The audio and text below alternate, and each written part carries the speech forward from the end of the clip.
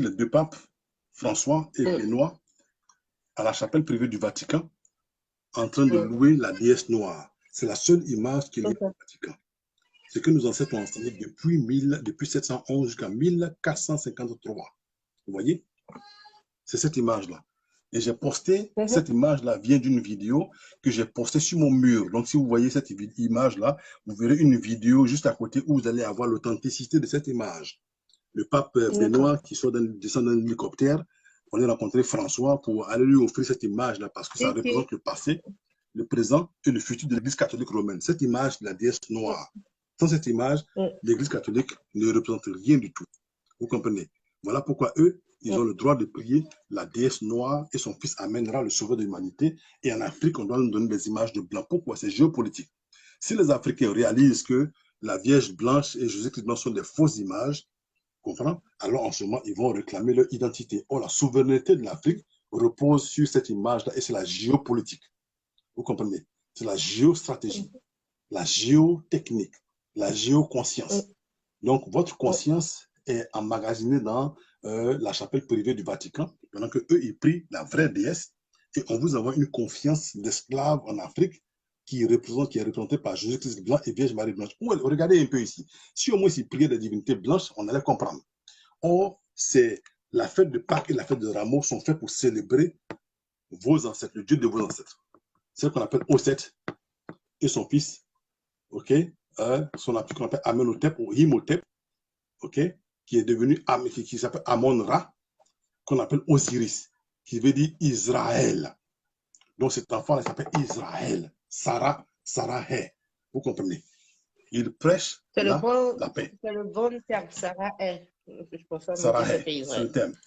Vous comprenez? Et vous voyez, au Vatican, vous voyez celui-là, il est au Vatican, un pape, il devait plutôt prêcher une Vierge Marie blanche. Regardez derrière lui.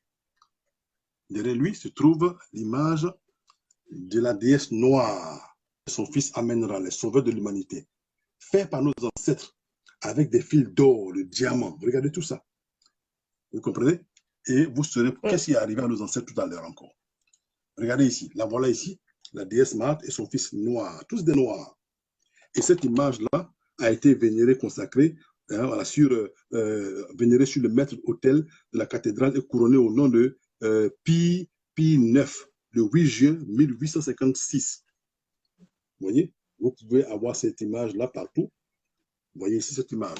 Il n'y avait pas de Vierge Marie blanche, elle n'existait pas. Vous voyez au Vatican, voici le pape François ici, qui est procédé devant quelle image? Devant l'image de la déesse noire et son fils. Vous voyez comment c'est important. Tripotep. Voilà. Regardez encore ici, le pape Benoît XVI ici, qui est procédé devant l'image de la déesse noire. C'est pour vous faire comprendre, parce que lorsque nous allons passer après cette image, ça serait rapide pour la compréhension du déroulé des chefs et des rameaux, d'où ça vient la Pâque. Ils sont tous procédés devant les images de vos ancêtres. Vous comprenez? Ici, le pape Jean-Paul II, qui est en train de vénérer la déesse noire et son fils. Tous des noirs. Voilà d'où ça vient. Ça, c'est vos divinités.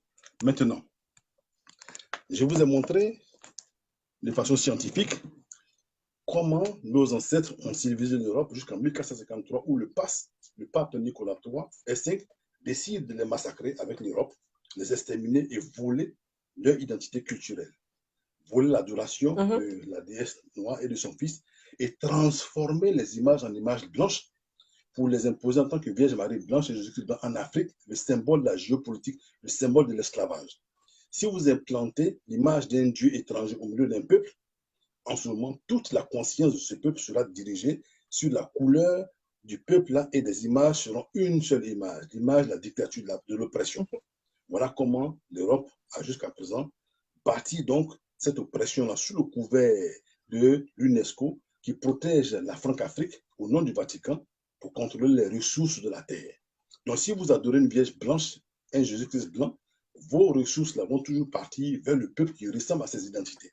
Vous comprenez? D'accord. C'est clair. Donc là, vous avez vu, à partir de là, comment le Vatican a pu obtenir tous les secrets de la culture de nos ancêtres de façon inscrutable en massacrant nos ancêtres.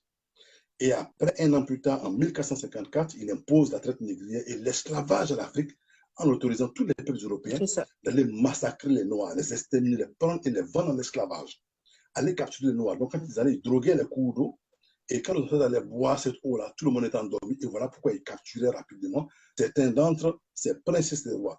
Donc, tous nos ancêtres qui ont été amenés en captivité en Jamaïque, aux Antilles, en Martinique, en Guadeloupe, en Haïti, toutes ces personnes-là viennent des côtes africaines, depuis le Sénégal jusqu'à la côte d'Angola. Tous ces peuples, hein, tous ces peuples-là, voilà, vous voyez, tous ces peuples-là, jusqu'à Namibie, la côte de Namibie, je vous dis. Voilà, tous ces peuples-là sont ces peuples kamites, voilà, qui étaient proches du continent, de la mer, voilà, où ces peuples-là ont été capturés et envoyés en esclavage. Nous n'avons jamais donné gratuitement nos enfants aux oppresseurs. Et quand ils partaient, ils n'étaient pas des esclaves. C'était des rois et des princes. Parce que les rois et les princes avaient une culture très élevée de mathématiques, sciences, connexions, tous ces secrets militaires, politiques. Mais il fallait capturer ces peuples-là qui vivaient autour de ces zones-là pour aller extirper de leur tête les connaissances. Les connaissances qu'il a appris, oui, après ça, à travers la maths. Oui.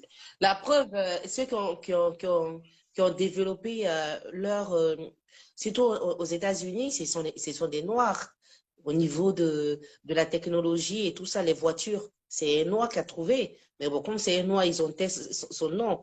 Il y a plein de choses qu'on ne sait pas. Mais il y a plein de choses qui ont été découvertes par des Noirs avant qu'on donne le nom à des Blancs. C'est de ça qu'il s'agit. Je te laisse continuer. Je n'ai pas les noms.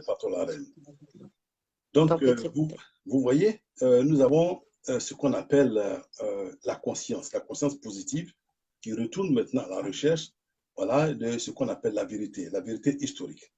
Donc, après avoir dit cela, je vais faire un petit bond directement dans le passé pour qu'on comprenne sur le plan ancestral d'où vient maintenant ces images que vous avez vues, l'image de la Vierge Noire qui est toujours vénérée au Vatican. Et pourquoi elle n'est pas vénérée en Afrique? Vous comprenez? Parce qu'il y a une seule Vierge Noire et un sauveur de l'humanité. Il n'y a pas deux. Donc, pourquoi au Vatican, elle est noire, avec de l'or bien protégé par des militaires, par les soldats suisses? Et pourquoi en Afrique, on nous vend une image faite avec de la cire, on peint ça en bleu et blanc pour dire que c'est une Vierge, la déesse du ciel. Et un Jésus-Christ peint en blanc qui est posé là, qui est juste de plastique. Vous voyez? Ça ne vaut absolument aucun sou.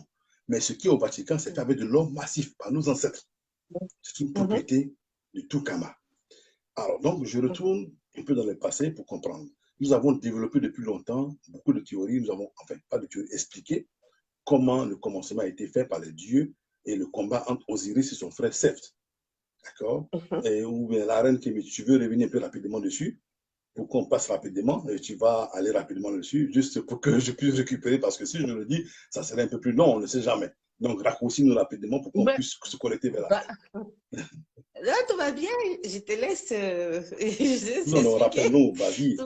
Rappelle-nous, expliquer le combat entre Seth et son frère jusqu'à ce qu'on arrive à la mort, à la résurrection du soleil. Là, je reprends. Vas-y, la reine. Voilà. Nous t'écoutons. Donc, il s'agit ici de Seth et son frère, Horus, je crois. Bien dit le nom.